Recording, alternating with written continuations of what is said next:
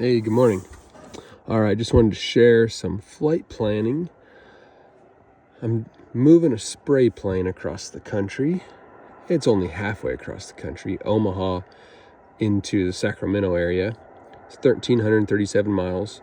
It's going to be 12 hours. ForeFlight says 11, but it won't end up being that.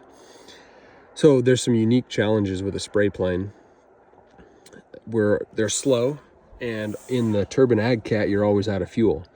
So we're planning 2-hour legs, but going west, real common to hit a pretty good headwind, especially as you head towards Wyoming. So you always make sure that you have a fuel stop beforehand. Now, the other challenge in a spray plane is, since you're always out of fuel and you're slow, I always call ahead to these little airports. So North Platte is my alternative if we hit a headwind, and I'm hoping to make it a little past there. But you hit a headwind and you need to make sure to stop, or say you stop at a runway closer, and you didn't call, make sure that there's fuel there, you can end up stuck there. So, and how I know that is from experience. Probably 15 years ago, I got stuck in an air tractor because the place didn't have fuel. Okay, we'll move on. So Cheyenne is one of my favorite stops. Cheyenne's such a cool spot. But once you climb up out of Nebraska into the Rockies, Wyoming, a calm wind in Wyoming is 30 knots.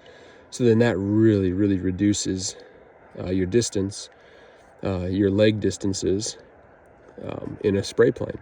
So I'm hoping to make it to Laramie, and I can either decide to spend the night there if thunderstorms come off the Rockies, or one of my normal stops is Rock Springs. So we'll have to kind of play that one by ear. I hope somehow I get lucky and I make it to Rock Springs tomorrow or Monday. Yeah, tomorrow. Then from Rock Springs, I have another kind of challenge. Depending on the winds, I might have to only go 50-minute flight and fuel up there. I do not have ADS-B.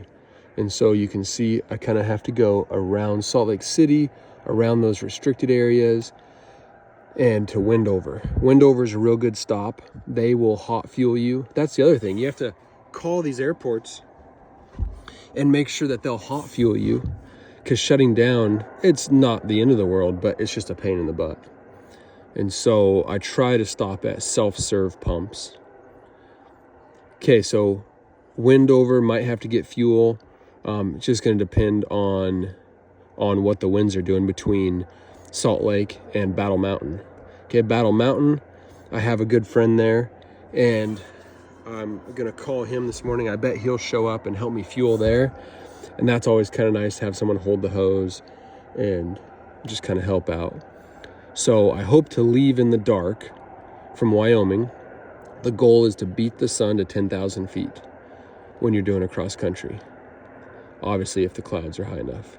So Battle Mountain fuel, and then from Battle Mountain, it's only 2 hours. Now you're going over the mountains right by Reno there. Is that the Sierras? I think so. And so there's a chance that I need to stop at Reno and get fuel, and which is a pain in the butt because Reno's only an hour 20. So yeah, sometimes you got to stop early in a spray plane, get fuel before you cross over the mountains, because man, if you hit a headwind, you can run that sucker right out. So okay, well, I'll try to do some updates on how the trip's going.